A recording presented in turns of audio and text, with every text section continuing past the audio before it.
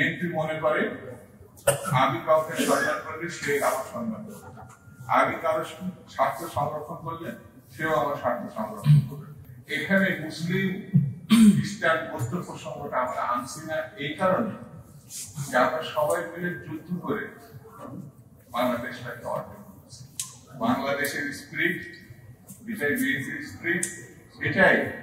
অন্যান্য রাজনৈতিক দল যারা ফ্যাসিবাদের বিরোধিতা করেছেন, লড়াই করেছেন, 17 বছর ধরে রক্ত দিয়েছেন, কারাগারে থাকছে, তাদের বাঙালিরা আছে এত অঞ্চলের বীরের নিয়ম এবং সেই বীরের জাতির কারণে ভারত যুদ্ধ করে স্বাধীনতা অর্জন করে। আলোচনা টেবিলে বিটিশে আলোচনার ব্যবসা করছে তারা স্বাধীনতা।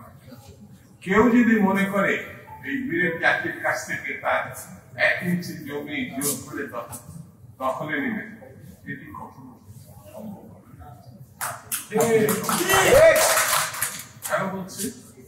আমরা যা অর্জন করেছি সেটা আমরা সংরক্ষণ করার কাগজ সৃষ্টিকর্তা দিয়েছে, এটা আমি সেই জন্য আমার মনে হয় যে কোনো সমস্যা থাকে পারস্পরিক বিষয়, আপনি জাতিগত ভাবে অর্থাৎ ওখানে শুধু পাহাড়িরাই থাকবে, অন্য কোনো জাতি থাকবে না, এটা বলে ঠিক সম অধিকারের কথা, মানবিক মূল্যবোধের কথা, জাতির স্বাধীনতার কথা আমরা যদি স্বীকৃতি মানি, স্বীকৃত করে মেনে নিই, তাহলে আপনার পাশের লোক যে জাতি গোষ্ঠীর হোক না কেন পারস্পরিক ভাবে গ্রহণ করতে হবে, পরস্পরকে গ্রহণ করতে হবে। সেটি যদি করা সম্ভব না হয় সংকট অনুভূত হয়, সেই জায়গাগুলোতে সংঘাত বাড়বে, এটি বিএনপি প্রত্যাশা করে। বিএনপি মনে করে আমি কাউকে সম্মান করলে সে আমার সম্মান করবে, আমি কারো স্বার্থ সংরক্ষণ করলে সেও আমার স্বার্থ সংরক্ষণ করবে। এখানে মুসলিম খ্রিস্টান বৌদ্ধ প্রসঙ্গটা আমরা আনছি না এই কারণে যে আমরা সবাই মিলে যুদ্ধ করে বাংলাদেশটাকে অর্জন করেছি। হ্যাঁ, অতীতের কথা, যুদ্ধকালের সময়ের কথা আমি আলোচনা করি। আমাদের কেউ কেউ তো পাকিস্তানের পক্ষে ছিলেন, তাদের লড়াইটা করেছিলেন পাকিস্তান রক্ষা করার জন্য। ওই জায়গাটায় পার্বত্য অঞ্চলে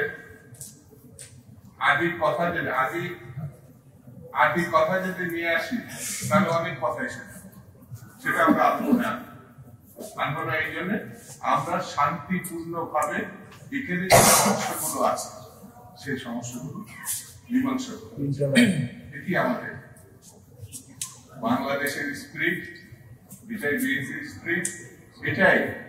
অন্যান্য রাজনৈতিক দল যারা ফ্যাসিবাদের বিরোধিতা করেছেন, লড়াই করেছেন, 17 বছর ধরে রক্ত দিয়েছেন, কারাগারে থাকছে, তাদের। সেই জন্য বন্ধুরা, সমতলে যারা আছেন তারা যদি পাহাড়ে যায় আমরা নিরাপত্তা প্রত্যাশা করি, আর পাহাড়ে যারা আছে তারা যখন সমতলে আসবে তারা নিরাপত্তা আছে। আচ্ছা, কেন ভাই রক্ত জড়িয়ে আপনি স্বার্থ উদ্ধার করতে চান? এটা ঠিক হবে না। আসলে আমরা ঐক্যবদ্ধ হবে বাংলাদেশের মানুষকে রক্ষা হবে, বাংলাদেশের ভূখণ্ডকে রক্ষা হবে, এটি হবে সব থেকে বড়। এখানে এনজিওদের প্রসঙ্গ আছে, আমি নাই বা আলোচনা। এনজিও দৃষ্টিভঙ্গি আর রাজনৈতিক দৃষ্টিভঙ্গি আকাশ পাতাল বলছে, তবে কাছাকাছি। কেউ সমস্যা দিয়ে রেখে ব্যবসা করতে চায়, আর রাজনৈতিক বিষয়টি হচ্ছে সমস্যার সমাধান করতে চায়। সেই রাজনীতির সঙ্গে যারা আছেন তারা একমাত্র পারেন আগামী দিনে এই সমস্যার সমাধান করতে, সেটি আমি বিশ্বাস করি। আসুন আমরা ঐক্যবদ্ধভাবে দেশ, জাতি, জনগণকে আজকে আয়োজকদের আবারও আমি ধন্যবাদ এবং যারা এখানে উপস্থিত আছেন সবাইকে সালাম জানিয়ে আমি আমার বাংলাদেশ